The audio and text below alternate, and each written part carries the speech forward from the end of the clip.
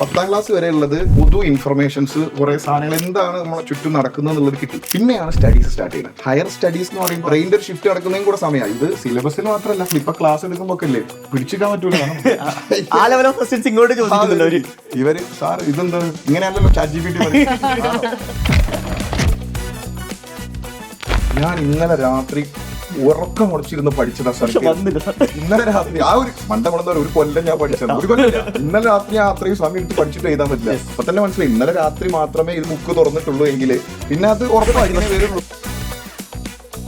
ഞാനാണ് സെക്കൻഡ് കയറേണ്ടത് എന്ന് അറിഞ്ഞതിന് ശേഷം എനിക്ക് ചെയ്യുമ്പോൾ കിട്ടുന്നില്ല. ഈ ഫോട്ടോ ആണല്ലോ കിട്ടുന്നത്. അതിൽ ആ കുട്ടി ചെയ്ത് നോക്കിയതുണ്ട്, ആ കുട്ടി ടിക്ക് ചെയ്തിട്ടുണ്ട്. അപ്പൊ ഞാനിങ്ങനെ ചെയ്തിട്ട് പക്ഷേ ഇതല്ലല്ലോ ആൻസർ, ഇതെന്താ ഇങ്ങനെ വരുന്നത്, പിന്നെ ആൻസർ ചെയ്യല്ലോ. ഫിസിക്സ് ഒക്കെ പരീക്ഷ എഴുതുമ്പോൾ ഫിസിക്സ് കുക്ക്ഡസ്, കെമിസ്ട്രി ഫ്രൈഡസ് എന്നൊക്കെയാണ് കുട്ടികൾ ഇൻസ്റ്റാഗ്രാമിൽ കിട്ടുകൊണ്ടിരിക്കുന്നത്. അതെ, അവർക്ക് നിലവാരം ഉയർത്തുക എന്നുള്ള ഒരു ചിന്തല്ലേ അവർ പൊതുവെ എക്സ്പെക്ട് ചെയ്യുന്നത്. പരീക്ഷയുടെ തലേന്നാൾ ഒരു ജോത്സ്യന്മാരെ എക്സ്പെക്ട് ചെയ്യുന്നത് ലൈക്ക് ഇതിൽ നിന്ന് ഇത് തന്നെ വരണം. സ്കൂൾ പഠിക്കുമ്പോൾ കട്ടാക്കി സിനിമ പോകുന്ന പിന്നെ ആ പ്രോസസ്സില്ലേ, ആ പ്രോസസ്സ് നടക്കുമ്പോൾ നമുക്കൊരു പക്ഷേ അത് അത്ര രസമായിരിക്കില്ല. പക്ഷെ ഇപ്പൊ ആലോചിച്ച് നോക്കുമ്പോൾ പ്ലസ് വൺ പ്ലസ് ടു ചിരിക്കുന്നുണ്ട്.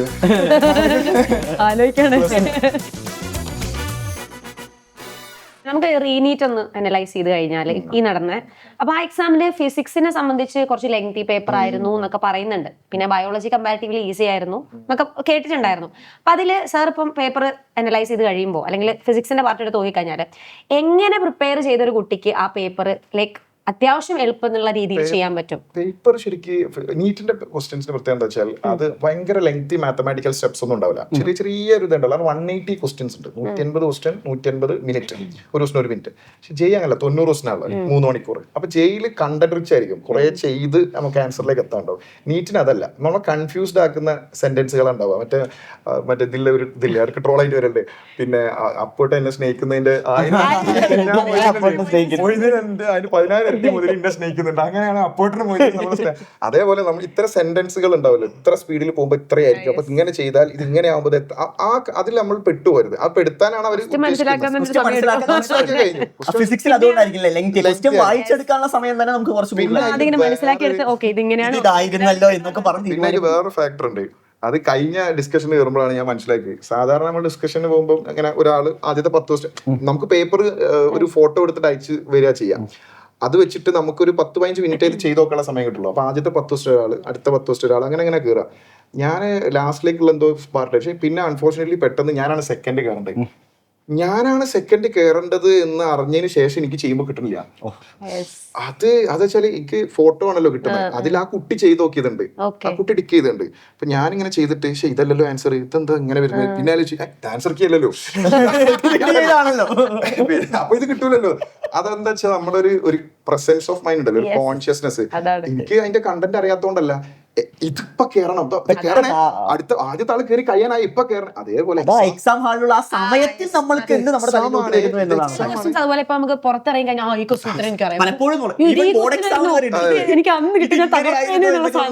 പക്ഷേ അതില് ഞാൻ പലപ്പോഴും കുട്ടിയോട് പറയാനുള്ള എന്താ വെച്ചാല്, ഇവരെന്തിനാ എൻട്രൻസ് ചെയ്യുന്നത്, MBBS അല്ലെങ്കിൽ ജെയ് നീറ്റ് ക്രാക്ക് ചെയ്യാൻ. നീറ്റിനെ കുറിച്ച് പറയുകയാണെങ്കിൽ ഇവര് മെഡിക്കൽ പ്രൊഫഷണലിസ്റ്റ് ആയിട്ട് ഒരു പേഷ്യന്റിനെ ട്രീറ്റ് ചെയ്യുന്ന സമയത്ത്, അതിന്റെ എക്സ്ട്രീം എക്സാമ്പിൾ എടുത്താണെങ്കിൽ ഒരു സർജറി ചെയ്യുന്ന സമയത്ത് പെട്ടെന്നൊരു ബ്ലീഡിങ് വന്നു. അപ്പൊ അയ്യോ ഇതിപ്പോ എന്താ ചെയ്യാ, എനിക്ക് ടെൻഷനായി. ഞാൻ പോയിട്ട് ഒരു ഡിസിഷൻ മേക്കിംഗ് വളരെ ആണ്. ഈ ഫാമിലി മൊത്തം, ഈ ആളല്ല, ഇവരെ ഈ ആളുടെ മറ്റേ ഓപ്പറേഷൻ നടക്കുന്ന സമയത്ത് പുറത്ത് അവരുടെ ബൈസ്റ്റാൻഡേഴ്സ് ഇങ്ങനെ പ്രതീക്ഷയിൽ നിൽക്കുന്നുണ്ടാവും. ദൈവത്തിന് മുകളിലൊക്കെ നമ്മൾ ചില മൊമെന്റ്സിൽ ഈ ഡോക്ടേഴ്സിനെ കാണുന്ന സന്ദർഭമായിരിക്കും. ആ സമയത്ത് അയാളുടെ ഡിസിഷനാ ശരിക്കും. അയാളൊന്ന് ലാഗ് ആയാൽ കഴിഞ്ഞു. അപ്പൊ അതൊരു ഹ്യൂമൻ ബീങ് ആണ്. അതുകൊണ്ടാണ് നമ്മൾ കൺസെന്റ് സൈൻ ചെയ്ത് കൊടുക്കുന്നത്. പെർഫെക്റ്റ് ആണ്. എന്നാലും നമ്മൾ അതിന്റെ ഒരു പലതരത്തിലുള്ള സ്കാമും കാര്യങ്ങളൊക്കെ ഈ മെഡിക്കൽ മറ്റേ ഹോസ്പിറ്റൽ ഫീൽഡിൽ നടക്കുന്നുണ്ട്. അത് വേറെ കാര്യം. എന്ന് കരുതിയിട്ട് നമുക്ക് ഈ ട്രീറ്റ്മെന്റ് പ്രോട്ടോക്കോളിനെ തള്ളി പറയാൻ പറ്റൂല. കാരണം അതല്ലാതെ വേറെ മെത്തേഡ് ഇല്ല. അപ്പൊ നമുക്കൊരു ആർട്ട് പേഷ്യന്റ് വന്നാൽ സർജറി ചെയ്യണം. അതിൽ റിസ്ക് ഉണ്ട്. അത് റിസ്ക് എടുക്കണം. കാരണം ഇല്ലെങ്കിൽ എന്തായാലും അയാൾക്ക് മറ്റേ ബുദ്ധിമുട്ട് വരും. അയാൾ ചിലപ്പോൾ ഡെത്ത് വന്നേക്കാം. ഇത് ചെയ്ത ഒരു പോസിബിലിറ്റിയിലും ഉണ്ട്. അപ്പൊ അങ്ങനെ ഒരു ഡോക്ടറെ കയ്യിലാണ് ബാക്കി. എന്നാലും നമ്മൾ അതിന്റെ ഒരു സക്സസ് റേറ്റ് എടുത്ത് നോക്കുകയാണെങ്കിൽ ഇന്ന് നിലവിൽ കേരളത്തിലുള്ള എല്ലാ ഡോക്ടേഴ്സും അവർ ഭയങ്കര എഫിഷ്യൻസാ.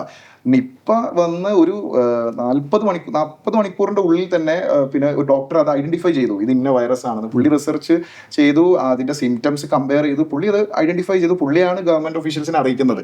അങ്ങനെയാണ് നമുക്ക് ആ പ്രോട്ടോകോൾ കറക്റ്റ് ആയിട്ട് ബിൽഡ് ചെയ്യാൻ പറ്റി. ഇല്ലെങ്കിൽ ചിലപ്പം ഇവിടെ ഉണ്ടാവില്ലായിരുന്നു മൊത്തത്തിൽ. അപ്പൊ അത്രയും ഷാർപ്പായിട്ട് ചിന്തിക്കേണ്ട ഒരു പ്രൊഫഷനിലേക്ക് എത്തേണ്ട ആള് കോവിഡ് വന്ന സമയത്ത് വർക്കിംഗ് ആയിട്ടുള്ള ഒരു സെക്ടർ എന്ന് പറഞ്ഞാൽ ഈ ഒരു മെഡിക്കൽ ഫീൽഡ് അപ്പൊ അത്രയും ഷാർപ്പായിട്ട് എത്തേണ്ട ഒരു പ്രൊഫഷനിലേക്ക് ഇങ്ങനെങ്കിലും ഇത്രയെങ്കിലും എക്സാമിന് ടൈറ്റ് ആക്കണ്ടേ? ഇത്ര ക്വാളിഫൈഡ് ആയ കുട്ടി എല്ലാവരും ആ എക്സാം ക്വാളിഫൈ ചെയ്ത് പോയി കഴിഞ്ഞു വെച്ചാൽ അതിന്റെ വാല്യൂ അല്ലെങ്കിൽ ആ ഒരു ഇത് നഷ്ടപ്പെടും. ഇനി ആ എക്സാം ക്രാക്ക് ചെയ്യാൻ കുട്ടിക്ക് പറ്റുന്നില്ല, ഈ സ്ട്രെസ് താങ്ങാൻ പറ്റുന്നില്ല എങ്കിൽ നിങ്ങൾ ഈ പ്രൊഫഷന് ഫിറ്റ് അല്ലെന്ന് അർത്ഥം. പിന്നെ അവിടെ പോയി ബാക്ക് ഡോർ കൂടെ അവിടെ പോയി കയറിയിട്ട് ഒരു മോശം ഡോക്ടർ എന്ന് പറഞ്ഞാൽ ശരിക്കും ആ സൊസൈറ്റിക്കാണ് അതിന്റെ ഒരു ബുദ്ധിമുട്ട് വരുന്നത്. ഇതേപോലെയാണ് എഞ്ചിനീയേഴ്സ് കിട്ടും. നമ്മൾ ഒരു കാറ്, നമ്മൾ ഡ്രൈവ് ചെയ്യുന്ന കാർ, അല്ലെങ്കിൽ നമ്മൾ പാസ് ചെയ്യുന്ന ബ്രിഡ്ജ്, നമ്മൾ നിൽക്കുന്ന ബിൽഡിംഗ്, നമ്മൾ യൂസ് ചെയ്യുന്ന എല്ലാ ഗാഡ്ജറ്റുകളും നമ്മളൊരു എഞ്ചിനീയറെ വിശ്വസിച്ചിട്ടാണ് അത്. നമ്മൾ ഫ്ലൈറ്റിൽ കയറുന്ന ഒരു എഞ്ചിനീയറെ വിശ്വസിച്ചിട്ടാണ്. കാരണം അതിൽ അയാൾക്ക് എന്തെങ്കിലും അയ്യോ ഇതിപ്പോ ഞാനിപ്പോ എന്താ ആലോചിക്കാനുള്ള സമയം അവിടെ ഇല്ല. അപ്പൊ അത് അത്രയും പെർഫെക്ഷൻ വേണം. അങ്ങനെയുള്ളവരാണ് ഇത് ചെയ്യേണ്ടത്. അങ്ങനെ ഒരു സ്ട്രെസ് ഫ്രീ എൻവയോൺമെന്റിൽ ഇത് പ്രിപ്പയർ ചെയ്യാന്നുള്ളത് പോസിബിൾ ആയിട്ടുള്ള കാര്യമാണ്. Stress free in the sense ഒരു ഓവർ പ്രഷർ ഉണ്ടാവരുത്. അതായത് മാർക്ക് പറയുമ്പോൾ അങ്ങനെ ഹരാസ് അങ്ങനത്തെ ഒരു ആംബിയൻസ് ഉണ്ടാവരുത്. പക്ഷേ ഒരു പ്രഷർ വേണം. നാളെ ചോദ്യം ചോദിക്കും എന്ന് പറഞ്ഞാൽ മാത്രമേ ഇല്ലെങ്കിൽ നമ്മൾ പഠിക്കില്ല. ഇപ്പൊ സാറ് പറഞ്ഞ പോലെ ഇന്ന എക്സാം ഇട്ട് മാറ്റി ചോദിക്കൂ, നാളെ എനിക്ക് എഴുതാൻ പറ്റില്ല. അത് ഭയങ്കര എളുപ്പമുള്ള ഒരു പരിപാടിയല്ലല്ലോ ഇതിൽ വേണ്ടത്. നമ്മളൊരു കൺസിസ്റ്റന്റ്, അതായത് ഏത് ടോപ്പിക് എപ്പോ ചോദിച്ചാലും നമുക്ക് അറിയണം അല്ലേ. ഏത് സമയത്ത് കിടന്നുറങ്ങുമ്പോഴും ഇതെന്റെ വർക്കിംഗ് ടൈം അല്ല, എനിക്കത് പറ്റില്ല, അങ്ങനെ പറയാനുള്ള ഓപ്ഷൻ ഇല്ല. അതാണ് അതിന്റെ ഭയങ്കര എളുപ്പമുള്ള പരിപാടിയല്ല ഈ പറയുന്ന കോമ്പറ്റീറ്റീവ് പരീക്ഷ. അതായത് ഒരു ഡോക്ടർക്കോ എഞ്ചിനീയർക്കോ കിട്ടുന്ന പ്രിവിലേജുകൾ ഉണ്ടല്ലോ, ഡോക്ടർ അത് ആഗ്രഹിച്ചിട്ടാണ് ഈ പ്രൊഫഷനിലേക്ക് പല കുട്ടികളും വരുന്നത്. പക്ഷെ ആ പ്രിവിലേജ് അവര് ഡിസേർവിംഗ് ആണ്, അവർ അർഹരാണ്. ഒരു ഡോക്ടർക്ക് ഏത് സമയത്തും കാർ എടുത്ത് പോകുമ്പോൾ പോലീസ് ചെക്ക് ചെയ്യാൻ, പോലീസിന്റെ ചെക്കിങ് കൂടാതെ അയാൾക്ക് കടന്നു പോവാം. അതെന്താണ് ആ പ്രിവിലേജ് കൊടുക്കുന്നത് വെച്ചാൽ അത്രയും റിസ്ക് അവരെടുക്കുന്നില്ല. അവരുടെ ഫാമിലി ലൈഫ്, അവരുടെ മൊത്തം ലൈഫ് തന്നെ ഇതാണ്. രാത്രി വന്നാൽ രാത്രി പോകണം. ഒരു കുട്ടിയുടെ ഇല്ലെങ്കിൽ ഒരു കുട്ടിയുടെ ഒരു ചെറിയ മോളെയും കൊണ്ട് വന്ന് ഒരു ഡോക്ടറെ അടുത്ത് പോകുമ്പോൾ ഞാൻ ഉറങ്ങിയിട്ടില്ല, എനിക്കിത് ട്രീറ്റ്മെന്റ് എടുക്കാൻ പറ്റില്ല എന്ന് പറഞ്ഞാൽ അവർ ചിലപ്പോൾ അവരെ എന്താ പറയാ ചീത്ത പറയുവരെ ചെയ്യും. ഞാനൊരു ഡോക്ടറല്ലേ അങ്ങനെ പറയും. അതെന്തുകൊണ്ടാ വെച്ച് കഴിഞ്ഞാൽ അവർ അത്രയും കമ്മിറ്റഡ് ആണ്. അതിലേക്ക് പോകുന്ന ഒരു എൻട്രൻസ് എക്സാം ആകുമ്പോൾ അതിന് ആ ഒരു സീരിയസ്നെസ് ഉണ്ട്. അപ്പൊ അതൊക്കെ മനസ്സിലാക്കുമ്പോഴാണ് കുട്ടിക്ക് ആ ഉള്ളിൽ ഒരു ഫയർ ഉണ്ടാവുക. ആ ഫയർ ഉള്ള ആളുകളാണ് ഈ പറയുന്ന റാങ്ക് ഒക്കെ നേടിയിട്ട് ഇത്രയും വലിയ മികച്ച റാങ്കിലോട്ടൊക്കെ മാറുന്നത്. പറഞ്ഞു വന്നത് പ്ലസ് ടുവിന്റെ കൂടെയുള്ള പ്രിപ്പറേഷനെ കുറിച്ച്. അതിൽ ഏറ്റവും സാറ് നേരത്തെ പറഞ്ഞ പോലെ ഇതിന്റെ രണ്ടിന്റെ ടെക്സ്റ്റ് ബുക്ക് സെയിം ആണ്, സിലബസ് സെയിം ആണ് എല്ലാം. ആകെ കുറച്ച് എക്സ്ട്രാ കാര്യങ്ങൾ, എക്സ്ട്രാ രീതി വ്യത്യാസം. അതുപോലെ ചില ടോപ്പിക്സ് ഇപ്പൊ നമുക്ക് ഇപ്പൊ ബോർഡ് എക്സാം പോയിന്റ് ഓഫ് വ്യൂല് പഠിക്കേണ്ടാത്ത പോയിന്റ്സ് ഉണ്ടാവും. അതായത് പക്ഷെ എൻട്രൻസ് പോയിന്റ് ഓഫ് വ്യൂല് ചോദിക്കുന്ന ചില ഭാഗങ്ങൾ ഉണ്ടാവും. അപ്പൊ അങ്ങനെയുള്ള ഭാഗങ്ങൾ കൂടുതൽ സ്ട്രെസ് ചെയ്ത് പഠിക്കുക. നമ്മളിപ്പോ എർത്തിന്റെ ഗ്രാവിറ്റി, നമ്മള് ബോർഡ് എക്സാം ഗ്രാവിറ്റിയുടെ ഇക്വേഷൻ ഡിറൈവ് ചെയ്യാം, അല്ലെങ്കിൽ ഗ്രാവിറ്റി എന്ത് അതുമായി ബന്ധപ്പെട്ട ഇപ്പൊ എൻട്രൻസ് എർത്തിനെ പോലത്തെ ഒരു പ്ലാനറ്റ് ഇമാജിൻ ചെയ്യാം, ഡബിൾ മാസ് അല്ലെങ്കിൽ ഡബിൾ ഡെൻസിറ്റി. അപ്പൊ അവിടെ ഒരു ആള് നിന്ന് ഇങ്ങനെ ചെയ്യുകയാണെങ്കിൽ അതിന്റെ റിസൾട്ട് എന്തായിരിക്കും, അപ്പൊ ഇതിനെ എങ്ങനെ എഫക്ട് ചെയ്യാന്നൊക്കെ കണക്ട് ചെയ്യാനുള്ള വേറെ രീതിയിൽ. ഇപ്പൊ ബോർഡ് എക്സാം ആണെങ്കിൽ അവസാനത്തെ ഒരു 7-8 വർഷത്തെ ക്വസ്റ്റ് പേപ്പർ കംപ്ലീറ്റ് ആയിട്ട് കുട്ടി സോൾവ് ചെയ്യുകയാണെങ്കിൽ കുട്ടിക്ക് നല്ല മാർക്ക് എന്തായാലും നേടാൻ പറ്റും. കാരണം അത് തന്നെയാണ് പൊതുവെ റിപ്പീറ്റ് ചെയ്ത് എല്ലാ ചോദ്യങ്ങളും വന്നിട്ടുണ്ടാവും. പക്ഷെ ഈ പറയുന്ന പോലെ കുറച്ചുകൂടി ഇമാജിനേഷൻ വേണം, ടൈം മാനേജ്മെന്റ് വേണം, കുറച്ചുകൂടി ക്വസ്റ്റ്യൻസിലെ കോൺസെപ്റ്റ്. ടൈം മാനേജ്മെന്റ് വളരെ ഇമ്പോർട്ടന്റ് ആയിട്ടുള്ള കാര്യമാണ്. എനിക്ക് എല്ലാ ചോദ്യങ്ങളും അറിയാം. ടീച്ചറെ ഒരു അരമണിക്കൂർ കൂടി പേപ്പർ വാങ്ങല്ലേ, 5 മിനിറ്റ് കാത്തുക്കോ. കേറാൻ തന്നെ ഞാനിപ്പോ റീസെന്റ് റീനീറ്റ് കഴിഞ്ഞപ്പോ കുറെ വീഡിയോസ് 1 മിനിറ്റ് വിഷമിച്ച് അങ്ങനെ ഭയങ്കര റിയാക്ഷൻസ് ഒക്കെ എനിക്കത് അങ്ങനെ സംഭവിക്കലുണ്ട്. നമ്മളൊരു കുറേ സമയം എടുത്ത് പഠിച്ച നമ്മുടെ സ്ട്രോങ് ടോപ്പിക് എന്നൊരു ക്വസ്റ്റ്യൻ വന്നാൽ നമ്മുടെ സ്ട്രോങ് ടോപ്പിക് തന്നെയാണ്, പക്ഷെ നമ്മളെ ലെവലിനേക്കാൾ ടഫ് ആയിരിക്കും ഒരു പക്ഷേ ആ ക്വസ്റ്റ്യൻ. നമ്മളത് കിട്ടാതെ അതിന്റെ മുകളിൽ തന്നെ ഇരിക്കും, ഇത് ഞാൻ അത്രയും കഷ്ടപ്പെട്ട് പഠിച്ചാണ്, അത് നമുക്ക് ഇമോഷണലി അത് വിട്ടളയാൻ തോന്നില്ല. ശരിക്കും അവിടെ ഒരു ടെക്നിക്കലി ബ്രില്യൻ്റ് ആയ ഒരു കുട്ടി ചെയ്യാൻ വെച്ചാൽ ഓക്കെ ഇത് കിട്ടുന്നില്ല വിട്ടളെ അടുത്ത ക്വസ്റ്റ്യൻ. അത് സ്ട്രോങ് ഏരിയ അല്ലെങ്കിലും ആ ക്വസ്റ്റ്യൻ ചിലപ്പോൾ ആ കുട്ടിക്ക് അറ്റൻഡ് ചെയ്യാൻ പറ്റും. നമ്മളിപ്പോ എക്സാം എഴുതുമ്പോൾ പാനിക് ആവേണ്ട ആവശ്യമില്ല. പാനിക് ആയ പ്രശ്നം വെച്ചാൽ ബാക്കി ചെയ്താലുള്ള സമയം പോകുന്നത്. ഇപ്പൊ സാർ നേരത്തെ ക്വസ്റ്റ്യൻ പേപ്പർ കയറിയ സമയത്ത് എനിക്കറിയാം, പക്ഷെ ഞാൻ ഇതിനകത്ത് നോക്കുന്നത് അണ്ടല്ലോ അങ്ങനെ സാധനം. ആ ഡിസിഷൻ ആ സമയത്ത് നമ്മൾ എന്തെടുക്കുന്നു എന്നതിലിരിക്കുന്ന കുട്ടിക്ക് അതൊരു മിനി ഫോം ഓഫ്, ഞാൻ നേരത്തെ പറഞ്ഞ പോലെ ഒരു പേഷ്യന്റിനെ കൺസൾട്ട് ചെയ്യുന്ന സമയത്ത് അയാൾ ഇങ്ങനെ സിംറ്റംസ് പറയുമ്പോൾ അങ്ങനെ ചിന്തിക്കാനുള്ള ഓപ്ഷൻ ഇല്ല. അപ്പൊ അതിനിപ്പോഴേ ട്രെയിൻഡ് ആവാന്നുള്ള. പിന്നെ നേരത്തെ സാർ പറഞ്ഞ പോലെ ഈ റിപ്പീറ്റ് ചെയ്യുന്ന സമയത്ത് +2 മൊത്തം പഠിച്ച് പിന്നെ അത് വീണ്ടും അവിടെ മുതൽ തന്നെ പഠിച്ചിട്ടാണ് റിപ്പീറ്റ് ചെയ്യുമ്പോൾ കുട്ടികൾ വരുന്നത്. നേരെ മറിച്ച് +1 +2 ഒപ്പം എൻട്രൻസിൽ പഠിക്കാന്ന് പറഞ്ഞാൽ ഓൾറെഡി എന്തിന് ബോർഡ് എക്സാമിന് വേണ്ടി പഠിച്ചു. അതിൽ കുറച്ചും കൂടെ ഒന്ന് എഫേർട്ട് ഇട്ടാൽ കുറച്ചും കൂടെ ഒന്ന് പിന്നെ നമ്മൾ എങ്ങനെയാ ചിന്തിക്കേണ്ടതെന്നൊക്കെ മനസ്സിലാക്കി പ്രോബ്ലംസ് സോൾവ് ചെയ്ത് വന്നാൽ ആ ഒരൊറ്റ എഫേർട്ടിൽ ഇത് രണ്ടും സെറ്റ് ആവും. ഇല്ലേ എന്താ സംഭവിക്കുക വെച്ചാൽ ഒരു വർഷം റിപ്പീറ്റ് ചെയ്യാനിരിക്കുമ്പോൾ ആദ്യം +2 പഠിച്ച ഒന്ന് എന്താ പറയുക റീകോൾ ചെയ്തെടുക്കണം, എന്നിട്ട് അതിന്റെ അഡീഷണൽ വർക്ക് ചെയ്യണം. ഈ റീകോളിംഗ് വേണ്ട +1 ടൈം നമുക്ക് ബാക്കിയെല്ലാം നമുക്ക് കിട്ടും, സമയം നമുക്ക് കിട്ടില്ല. ഒരു വർഷം പോയാൽ അത് ഒരു വർഷമാണ് നമ്മുടെ ലൈഫിൽ നിന്ന് പോകുന്നത്. സോ അതില്ലാതെ തന്നെ ഫസ്റ്റ് അറ്റംപ്റ്റിൽ കിട്ടുമ്പോൾ അത്രയും നല്ലതാണ്. പിന്നെ നമ്മൾ ഓൾറെഡി നമ്മൾ നോക്കിയ പോലെ തന്നെ ഇതിന് കയറുന്നതിന് മുമ്പ് നമ്മൾ പറഞ്ഞ പോലെ തന്നെയാണ് ഈ ഫസ്റ്റ് റാങ്ക് മേടിക്കുന്ന മെജോറിറ്റി മക്കളും ഫസ്റ്റ് അറ്റംപ്റ്റിൽ തന്നെ കിട്ടിയ മക്കളാണ്. ഇന്ത്യയിലെ ജയിൽ അഡ്വാൻസിൽ ഫസ്റ്റ് റാങ്ക് കിട്ടിയ എല്ലാ കുട്ടികളും പിന്നെ ഫസ്റ്റ് ചാൻസ് സ്കൂളിങ്ങിനൊപ്പം കയറിയവരാണ്. പക്ഷേ അതിന്റെ താഴോട്ടേക്കുള്ള റാങ്കിൽ റിപ്പീറ്റേഴ്സ് ഉണ്ടാവും. ഞാൻ പറഞ്ഞ വെച്ചാൽ മറ്റേ ഗ്ലാമർ റിസൾട്ട് ഇല്ലേ, അത് അവര് 7ാം ക്ലാസ് മുതൽ ഇതിന്റെ ഒരു പണി തുടങ്ങിയിട്ടുണ്ടാവും. അപ്പൊ നമ്മുടെ ഈ Kings 11 സൂപ്പർ കിങ്സ് ഇവിടുത്തെ ബാച്ചസ് അതിൽ തന്നെ ബാച്ചസ്. അപ്പൊ അതിലിപ്പം നമ്മൾ 12th പഠിക്കുന്ന കുട്ടിയാണെങ്കിൽ 12th പോർഷൻസ് കംപ്ലീറ്റ് ചെയ്തു, എഗെയിൻ നമ്മൾ 11th റിവിഷൻ അവിടെ കൊടുക്കുന്നുണ്ട് അല്ലേ? ഓക്കെ, കാര്യം 11th 12th ഒരുമിച്ചാണല്ലോ അവിടെ. ശരിക്കും നമ്മൾ +1 ആ കുട്ടികളോട് പറയും ഇതിങ്ങനെ പഠിക്കണം ഇങ്ങനെ പഠിക്കണം. നമുക്കറിയാം അത് എങ്ങനെയാണെങ്കിൽ കുട്ടികൾ അത്ര അതവർക്ക് ഭയങ്കര അഡ്വാൻറ്റേജ്. കാരണം ഇപ്പൊ ഇംപ്രൂവ്മെന്റ് എക്സാം കൂടി അവർക്കുണ്ട്, അത് നടക്കാൻ പോകുന്ന ഒക്ടോബറിലൊക്കെയാണ്. സോ അവർക്ക് ഏതെങ്കിലും ഒക്കെ സബ്ജക്റ്റുകൾ അവർക്ക് ബോർഡ് എക്സാമിന് മാർക്ക് കുറവാണെങ്കിൽ ഈ റിവിഷൻ അവർക്ക് ഭയങ്കര അധികം എഫക്റ്റീവ് ആയിരിക്കും. കാരണം അത് നല്ലൊരു പരിപാടിയാണ്. ശരിക്കും 12th പഠിച്ചുകൊണ്ടിരിക്കുന്ന സമയത്ത് 11th കൂടി റിവൈസ് ചെയ്ത് കിട്ടും. അതിനൊരു സ്പെഷ്യൽ സ്റ്റഡി പ്ലാൻ വെക്കുക, ടൈം ടേബിൾ. +2 ബോർഡ് എക്സാമിന് അത് ഹെൽപ്പ് ചെയ്യും. പല ബേസുകളും നമ്മളിപ്പോ 1200 മാർക്ക് വാങ്ങിച്ച സൈലത്തിൽ തന്നെ 3 മക്കളുണ്ട്. അതിനകത്തുള്ള 2 പേരോ മറ്റോ നമ്മുടെ ഈ പറയുന്ന പാരലലി നീറ്റ് ചെയ്ത് പ്രിപ്പയർ ചെയ്യുന്ന മക്കൾ തന്നെയാണ്. ഞാൻ സൂപ്പർ കിങ്സിൽ എടുക്കുന്ന സമയത്ത് +1 ആ കുട്ടി ഇതിന് ജോയിൻ ചെയ്തില്ല, അഗ്നി ബാച്ചിലായിരുന്നു. അപ്പോൾ ഫിസിക്സിൽ തന്നെ കുട്ടി ടീച്ചറെ പേര് പറഞ്ഞില്ല, ആരെനിക്ക് ഓർമ്മയില്ല. ഞാൻ അങ്ങനെ പറഞ്ഞു വന്നപ്പോൾ യെസ്, ഇത് ഞങ്ങൾക്ക് ടോപ്പിക് എടുക്കുന്ന സമയത്ത് ഈ സാറ് പറഞ്ഞിരുന്നു ഇതിൽ ഇങ്ങനെയും അപ്ലിക്കേഷൻ ഉണ്ട്, അത് നിങ്ങൾ എൻട്രൻസിനൊക്കെ പ്രിപ്പയർ ചെയ്യുമ്പോൾ അവർ പഠിക്കുന്ന സാധനമാണ്, അത് ഇതായിരുന്നു ലേ എന്ന് ആ കുട്ടി പറഞ്ഞപ്പോൾ എനിക്ക് ഭയങ്കര സന്തോഷം. ആ കുട്ടി ഇത് കണക്ട് ചെയ്തല്ലോ, കുട്ടിക്ക് ഓൾറെഡി നേരത്തെ എക്സ്പോഷർ കിട്ടിയിട്ടുണ്ട്. അതെ, പക്ഷെ നമുക്ക് അവിടെ ഇത്രയും ഡെപ്ത് ആയിട്ട് ചിലപ്പോൾ പോകേണ്ട വരില്ല. പക്ഷേ ഇല്ലെങ്കിലും ചില നമ്മുടെ അഗ്നി ബാച്ചിൽ തന്നെ ടീച്ചേഴ്സ് എന്ത് പറയുന്നുണ്ട് വെച്ചാൽ ഇതിന്റെ അപ്പുറത്തേക്കും ഇങ്ങനെ ഉണ്ട്, നമുക്ക് ആവശ്യമില്ലാത്ത ഒരു സാധനം നമ്മൾ ആദ്യം പഠിക്കുമ്പോൾ ഒരുപാട് ടൈം ഇൻവെസ്റ്റ് ചെയ്ത് പഠിക്കും. അതേ സാധനം തന്നെ പിന്നെ നമ്മൾ ഒന്നുകൂടി പഠിക്കുമ്പോൾ അത്ര ടൈം വേണ്ടി വരില്ല. സെയിം സാധനം തന്നെ എക്സാമിന് നല്ല ദിവസം റിവൈസ് ചെയ്യുമ്പോൾ അത്രയും പോലും ടൈം വേണ്ടിയില്ല. അതേ സാധനം തന്നെയാണ് ശരിക്കും പറഞ്ഞാൽ നമ്മൾ ആ ഒരു സിസ്റ്റം എപ്പോഴും മെയിൻറ്റെയിൻ ചെയ്യുന്നത്. അതായത് ഓരോ മന്തിലും പാരന്റ്സ് മീറ്റിംഗിൽ പാരന്റ്സിനോട് ഇത് പറഞ്ഞു കൊടുക്കുന്നുണ്ട്. അതായത് എനിക്ക് പറ്റിയ അബദ്ധതാണ്, ഞാൻ +1 പഠിക്കുമ്പോൾ നോക്കിയിട്ടില്ല, ഇത് നിങ്ങളെ മക്കൾക്ക് ഒന്ന് ശരിയാക്കും. നമ്മൾ എല്ലാ ടീച്ചേഴ്സും അങ്ങനെ തന്നെ അതിങ്ങനെ പറഞ്ഞുകൊണ്ടിരിക്കുന്നുണ്ട്. അതിൽ തന്നെയാണ് കേട്ടോ കുറെ കുട്ടികൾ കയറി പോകുന്നത്. ആർക്കും ഇത് പഠിച്ച് ക്രാക്ക് ചെയ്തെടുക്കാം. ഇപ്പൊ ഈ പുഷ് കിട്ടാത്തതിന്റെ പേരിൽ ഒരു കുട്ടി പിന്നെ നിങ്ങളുടെ എക്സ്പീരിയൻസ് നിങ്ങൾ ഷെയർ ചെയ്യാണ്, അതായത് ഈ മിസ്റ്റേക്സ് വരുത്തരുത് എന്നുള്ളത്. അപ്പൊ അത് അവരെ കുറച്ചുകൂടി ഹെൽപ്പ് ചെയ്യാൻ ചെയ്യുന്നത്. ഓരോ വർഷവും നമുക്ക് പുതിയ പുതിയ എക്സ്പീരിയൻസ് പറഞ്ഞു കൊടുക്കാണ്ടാവും. കാരണം നമ്മൾ ഈ ചില കുട്ടികളെ കാണുമ്പോൾ ഈ കുട്ടിയൊക്കെ കഷ്ടപ്പെടുക, കുട്ടി പാവ് കിട്ടുമോ ഇല്ലയോ, ആ കുട്ടി ക്രാക്ക് ചെയ്ത് പോകുമ്പോൾ നമുക്ക് അത് അത്ഭുതവും. അപ്പൊ ശരിയാ ക്രാക്ക് ചെയ്ത് പോകും. കുട്ടികൾക്ക് പറ്റും. അപ്പൊ ഞാൻ ചില കുട്ടികൾ സാറേ ഇത് ഇങ്ങനെ പറ്റുമോ, അവളെന്നെ പോലെ തന്നെ പറഞ്ഞ ഇങ്ങനെ പറ്റുവയ്ക്കുമ്പോ അത് പറ്റുമോ ഇല്ലയോ എന്നുള്ളത് ഞാൻ അത് പറ്റുന്ന പ്രൂവ് ചെയ്യും, എന്നിട്ട് B an example for others. അപ്പൊ എനിക്ക് തന്നെ എക്സാമ്പിൾ അവിടെ ഇട്ടാൽ ഇത് എന്തായാലും ക്രാക്ക് ചെയ്യാൻ പറ്റുമെന്ന കാര്യം ഉറപ്പാണ്.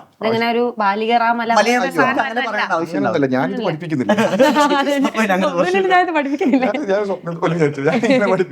അതെല്ലാ കേസും അങ്ങനെ ആയിരിക്കും. നമ്മൾ ഇത്ര ഇതായിട്ട് പറയുമ്പോൾ +1 നമ്മൾ പഠിക്കുമ്പോൾ നമുക്കത് ബുദ്ധിമുട്ടായിരുന്നു.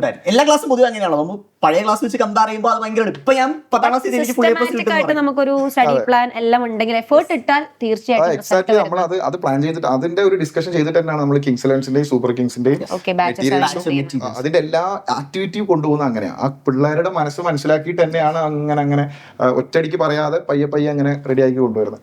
അപ്പൊ അതാണ് ഈ +1 +2 കാലഘട്ടം. പക്ഷെ എന്നാൽ ഞാൻ എൻ്റെ ഒരു പേഴ്സണൽ എക്സ്പീരിയൻസ് പറയട്ടെ. +1 +2 ഇങ്ങനെ ഒക്കെ ആണെങ്കിലും എനിക്ക് എൻ്റെ ലൈഫിൽ കോളേജ് ലൈഫ് ഉണ്ട്, അത് ഭയങ്കര അടിപൊളി കളർ ലൈഫ്. എന്നാലും പേഴ്സണലി എൻജോയ് ചെയ്ത പീരീഡ് ഓഫ് ടൈം എഡ്യൂക്കേഷൻ കരിയറിൽ ഏതാണെന്ന് വെച്ചാൽ +1 +2 അത് ഈ റെസ്ട്രിക്ഷൻസിന്റെ ഇടയിൽ കൂടെ നമ്മൾ ചെറിയ ടൈം കിട്ടുമ്പോൾ കണ്ടെത്തുന്ന ഒരു എൻജോയ്മെന്റ്, അത് അതിന് ഭയങ്കര വാല്യൂ ഉണ്ടാവും.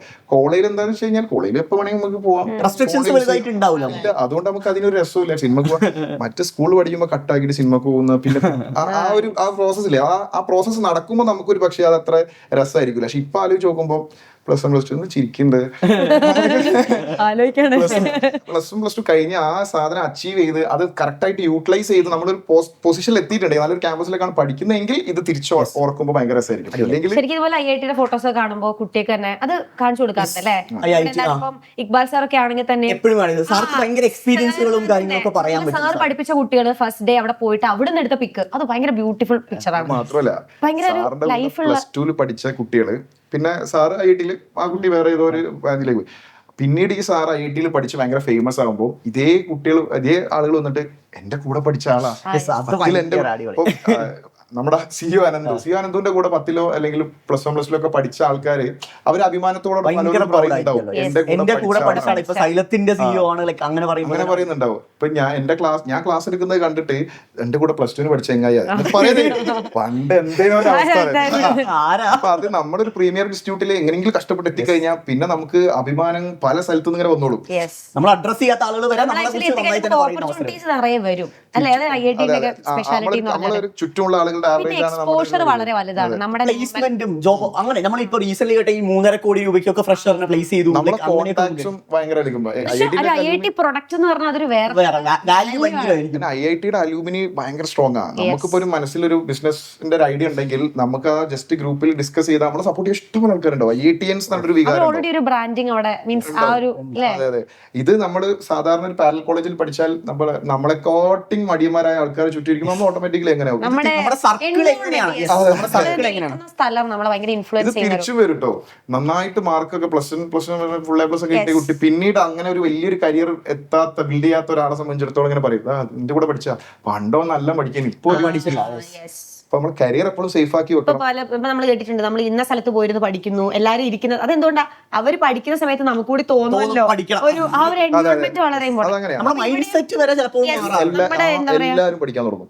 നമുക്ക് ചുറ്റുള്ള ആളുകൾ വർക്ക് ചെയ്യുന്നുണ്ടാ എല്ലാരും അത് മനുഷ്യന്റെ ഒരു അല്ലാതെ പഠിക്കുന്ന കുട്ടികൾ പഠിക്കാത്ത കുട്ടികൾ പരിപാടിയല്ല. വർക്ക് ചെയ്യുന്ന കുട്ടികൾ എനിക്കും തോന്നും ഞാൻ മാത്രം എന്താ ഇവര് മാരത്തോൺ ലൈവ് നടക്കുമ്പോ എനിക്ക് പ്രിപ്പയർ ചെയ്ത് ഇവന് അപ്പൊ മറ്റേ ഞാൻ ചെയ്യും. അതേപോലെ കോമ്പറ്റീഷൻ ഹെൽത്തി കോമ്പറ്റീഷൻ എപ്പോഴും അത് നമ്മുടെ ഇവിടെ ഉണ്ട്. നമ്മളങ്ങനെ ആ കുട്ടി നമ്മൾ ഈ മീറ്റിംഗിൽ മാർക്ക് പറയുന്നത് എന്തിനാ വെച്ചാൽ ഫസ്റ്റ് റാങ്കിനെ അപ്രിഷിയേറ്റ് ചെയ്യാന്നതിന്റെ അപ്പുറത്ത് താഴെയുള്ള ആളുകൾക്ക് കയറി വരാനുള്ള ഇൻഫർമേഷൻ ഇത് കൊടുക്കാനാണ്. അപ്പൊ അങ്ങനെയാണ് ഇവിടുത്തെ ബാച്ചിന്റെ പരിപാടികളൊക്കെ പോലും. യെസ്. അപ്പൊ JB ഫ്രഷ് ആയിട്ട് സ്റ്റാർട്ട് ചെയ്യാൻ പോകുന്ന ഒരു കുട്ടിയുടെ അടുത്ത് എന്താണ് പറയാനുള്ളത്? അഡ്വൈസ് ഒന്നും പറയാൻ പറ്റില്ല. ഇതൊക്കെ കേട്ടിട്ട് ഒന്നും കൂടെ പോയി പഠിക്കാൻ സെറ്റ് ആക്കി ഞാൻ തോന്നുന്നു ഒന്നും കൂടെ പഠിക്കാൻ പറ്റിയ സീരിയസ്ലി ഒരു ഇൻസ്പിറേഷൻ ഒക്കെ ഉണ്ട്. പഠിച്ചാൽ കൊള്ളായിരുന്നു അന്നേ പഠിക്കണമായിരുന്നു. ഇനിയിപ്പോ കല്യാണമൊക്കെ അപ്പൊ പറയാൻ അങ്ങനെയല്ല. അതായത് ഇത് ഈസിയാണ്, അതുകൊണ്ട് ഈസി ആയതുകൊണ്ട് ഞാൻ ഇത് ചൂസ് ചെയ്യുന്നു, അല്ലെങ്കിൽ ഈസി ആയതുകൊണ്ട് ഞാൻ അങ്ങനെ നിങ്ങൾ കാണരുത്. ഈസി ആയതുകൊണ്ടല്ല നിങ്ങൾ അത് ചൂസ് ചെയ്യേണ്ടത്, നിങ്ങൾ അതിന് ആപ്റ്റ് ആവണം. ഇത് കുറച്ച് ബുദ്ധിമുട്ട് തന്നെയാണ്, അത്ര എളുപ്പമല്ല. പക്ഷേ നമ്മളിൽ സൈലത്തിലേക്ക് വരൂ, നമ്മളെ കോഴ്സിലേക്ക് വരൂ, നമ്മൾ പഠിപ്പിക്കാം, അങ്ങനെയല്ല നമ്മൾ പറയുന്നത്. നിങ്ങൾക്ക് ഒരു 5 കൊല്ലം കഴിഞ്ഞാൽ, നേരത്തെ പറഞ്ഞ പോലെ 5 കൊല്ലം കഴിഞ്ഞാൽ എവിടെ നിൽക്കണമെന്ന് ഇപ്പോഴത്തെ ഇതിൽ വെച്ചിട്ട് നിങ്ങൾ ആലോചിക്കുക. 5 കൊല്ലം കഴിഞ്ഞാൽ ഞാൻ ഏത് ഇൻസ്റ്റിറ്റ്യൂട്ടിലായിരിക്കണം. അത് നിങ്ങൾ സ്വപ്നം കാണുന്നത് ഒരു പ്രീമിയർ ഇൻസ്റ്റിറ്റ്യൂട്ടിൽ നല്ല കോട്ടക്കെട്ട് പാരന്റ്സിന് പ്രൗഡ് ആവുന്ന, നിങ്ങളെ നാട്ടുകാർക്ക് പ്രൗഡ് ആവുന്ന ഇന്ന ഇൻസ്റ്റിറ്റ്യൂട്ടിലാണ് ഞാൻ പഠിച്ചതെന്ന് എവിടെയും തുറന്നു പറയാൻ പറ്റുന്ന ആ ഒരു അഡ്രസ്സ് നിങ്ങൾക്ക് വേണമെങ്കിൽ, അതിന് റിയലി നിങ്ങൾക്ക് ഒരു ഫയർ ഉള്ളിൽ തോന്നുന്നുണ്ടെങ്കിൽ, നമ്മുടെ സംസാരത്തിൽ നിന്ന് നിങ്ങൾക്ക് അത് കിട്ടിയിട്ടുണ്ടെങ്കിൽ നമ്മൾ ഉദ്ദേശം നടന്നു. അപ്പൊ അങ്ങനെ കിട്ടിയിട്ടുണ്ടെങ്കിൽ ആ തീരുമാനം എടുത്തിട്ടുണ്ടെങ്കിൽ നിങ്ങൾ കിങ്സ് 11 സൂപ്പർ കിങ്സ് നിങ്ങൾക്ക് ഒരു ഇൻട്രസ്റ്റ് ഉണ്ടെങ്കിൽ ഉറപ്പായിട്ടും ആ ഫയർ ഉള്ള കുട്ടികളാണ് സൈലത്തിൽ വരുന്നത്, അല്ലെങ്കിൽ വരേണ്ടത്. അപ്പൊ നമ്മളെ സംബന്ധിച്ചിടത്തോളം നമ്മുടെ എല്ലാ ക്ലാസ്സുകളും നമ്മുടെ എല്ലാ അക്കാഡമിക് ബ്രില്യൻസും നമ്മൾ കേരളത്തിന് നമ്മൾ തുറന്നു വെച്ചത്, നമ്മളെല്ലാവരുടെ ക്ലാസ്സും നമ്മൾ എന്താ കൊടുക്കുന്നതെന്ന് യൂട്യൂബിലുണ്ട്. നിങ്ങൾക്ക് അതൊക്കെ കണ്ട് നിങ്ങൾക്ക് കംഫർട്ടബിൾ ആണ് ഫീൽ ചെയ്യുന്നുണ്ടെങ്കിൽ ജോയിൻ വിത്ത് അസ്. നമ്മുടെ കൂടെ കൂടിയാൽ പിന്നെ നമ്മളത് അങ്ങേയറ്റം ഞങ്ങൾ സപ്പോർട്ട് ചെയ്യും. കാരണം നിങ്ങളെ റിസൾട്ട് ആണ് ശരിക്കും അങ്ങനെയാണ് നമ്മുടെ ഇൻസ്റ്റിറ്റ്യൂട്ടിന്റെ പ്രൗഡ് എന്ന് പറയുന്നത്. ഓരോരുത്തരുമാണ് നമ്മുടെ അടുത്ത വർഷങ്ങളിലെ നമ്മുടെ ബ്രാൻഡ് അംബാസിഡേഴ്സ്. നിങ്ങളെ റിസൾട്ട് നിങ്ങളെക്കാൾ അല്ലെങ്കിൽ നിങ്ങളോളം ഞങ്ങൾക്കും ഇമ്പോർട്ടൻസ് ആണ്. കാരണം എന്താ വെച്ചാൽ ഇതാണ് നമ്മുടെ നിങ്ങളെക്കാളും ഞങ്ങളായിരിക്കും സെലിബ്രേറ്റ് ചെയ്യാൻ പോകുന്നത്. ഞാൻ പഠിപ്പിച്ച കുട്ടിക്ക് റിസൾട്ട് ഉണ്ട് എന്ന് പറയുമ്പോൾ എന്റെ ഗ്രോത്ത് അല്ലേ. നിങ്ങളുടെ പാരന്റ്സ് എത്രത്തോളം നിങ്ങളുടെ വിജയത്തിൽ സന്തോഷിക്കും, അതിനേക്കാളും ഞങ്ങൾ സന്തോഷിക്കും. കാരണം ഞങ്ങൾ ടീച്ചേഴ്സിനെ സംബന്ധിച്ചിടത്തോളം, ഇൻസ്റ്റിറ്റ്യൂട്ടിനെ സംബന്ധിച്ചിടത്തോളം അതാണ് നമ്മുടെ വെൽത്ത്. അപ്പൊ അതുകൊണ്ട് ധൈര്യമായിട്ട് ആ ഒരു തീരുമാനം നിങ്ങൾക്ക് ഉണ്ടെങ്കിൽ ഏറ്റവും ബെസ്റ്റ് പ്ലാറ്റ്ഫോം തന്നെ സ്റ്റാർട്ട് ചെയ്യുക, നമ്മളെ സൈലത്തിലേക്ക് കിങ്സ് 11 സൂപ്പർ കിങ്സ് ജോയിൻ ചെയ്യാന്ന് പറയുന്നില്ല, നമ്മോടൊപ്പം കൂടുക, ഞങ്ങൾ റെഡിയാണ്. വായോ, നമുക്ക് പൊളിക്കാം. അടിപൊളിയാക്കാം. അപ്പം ഇത്രയും നേരം നമ്മുടെ സഹിച്ചതോ? ഇത്രയും നേരം ജെബി നമ്മുടെ കൂടെ ഉണ്ടായിരുന്നു. വളരെ വാല്യബിൾ ആയിട്ടുള്ള എക്സ്പീരിയൻസ് എനിക്കെന്നെ പൊക്കി പറയാൻ പറഞ്ഞിട്ടുണ്ടായിരുന്നു, പക്ഷെ നിങ്ങൾക്ക് ഓൾറെഡി അറിയുന്ന ആയതുകൊണ്ടാണ് പിന്നെ എനിക്കതിനെ പറ്റി കൂടുതൽ ഇൻട്രൊഡ്യൂസ് ചെയ്യാത്തത്. എനിക്ക് നമ്മുടെ എല്ലാം കണ്ണിലുണ്ണിയാണ്, മണിയാണ്. അപ്പോ എന്താണ് ജെബി സാർ ഒരുപക്ഷെ നിങ്ങൾക്ക് ന്യൂ ആയിരിക്കും, പക്ഷെ ഞാൻ ഓൾറെഡി പറഞ്ഞ പോലെ തന്നെ ഒരുപാട് എക്സ്പീരിയൻസ്ഡ് ആയിട്ടുള്ള ഫാക്കൽറ്റിയാണ്. അപ്പം ഇത്രയും കാര്യങ്ങൾ ഇപ്പം നിങ്ങൾക്ക് ഇങ്ങനെ എന്താണ് നുള്ളിപ്പറക്കി നിങ്ങൾ നോട്ട് ചെയ്തിട്ടുണ്ടാവാം, എഴുതിയിട്ടുണ്ടാവാം. ഇതൊക്കെ നിങ്ങൾക്ക് ഫ്യൂച്ചറിലേക്ക്, നിങ്ങളുടെ ഭാവിയിലേക്ക് എന്താണ് ഒരു മുതൽക്കൂട്ടാവട്ടെ എന്ന് പ്രാർത്ഥിക്കുകയാണ്. അപ്പം അത്രേ ഉള്ളൂ. അങ്ങനെയാണെങ്കിൽ നമുക്ക് ഇന്നത്തെ ഈ ഒരു സെഷൻ ഇതുപോലെ ഇനിയും ഇടയ്ക്കിടയ്ക്ക് ഒന്ന് കൂടാം. കുറെ സംശയങ്ങളൊക്കെ അവർക്ക് ഉണ്ടാവില്ല, അവരുടെ ഡൗട്ട് ഒക്കെ വേണമെന്ന് കമന്റ് ചെയ്താൽ നമുക്ക് ഇതുപോലെ സാറിനെ വിളിച്ചു വളരെ ഇൻട്രസ്റ്റിംഗ് ആയ എന്തെങ്കിലുമൊക്കെ ഒരു ഒപ്പീനിയനോ അങ്ങനെ എന്തെങ്കിലും കൺസേൺസോ കാര്യങ്ങളൊക്കെ ഉണ്ടെങ്കിൽ ഈ പറയുന്ന കോമ്പറ്റീവ് പരീക്ഷകളെ കുറിച്ച് ഡൗട്ടുകളൊക്കെ കിട്ടാം, നമുക്ക് ഇടയ്ക്കിടയ്ക്ക് ആളെ വിളിച്ചോണ്ട് വരാം. എന്താണ് നമുക്ക് നിർത്തിയാലോ? അപ്പം നിർത്താം. കഴിഞ്ഞില്ലേ? പോലെ ഇറങ്ങിപ്പോ കൂടെ ഞാൻ വിചാരിച്ച അഷ്ടമി ഇനിയിപ്പോ സാധാരണ വ്ലോഗ് ചെയ്യുന്ന മാതിരി ലാസ്റ്റ് വൈകിട്ട്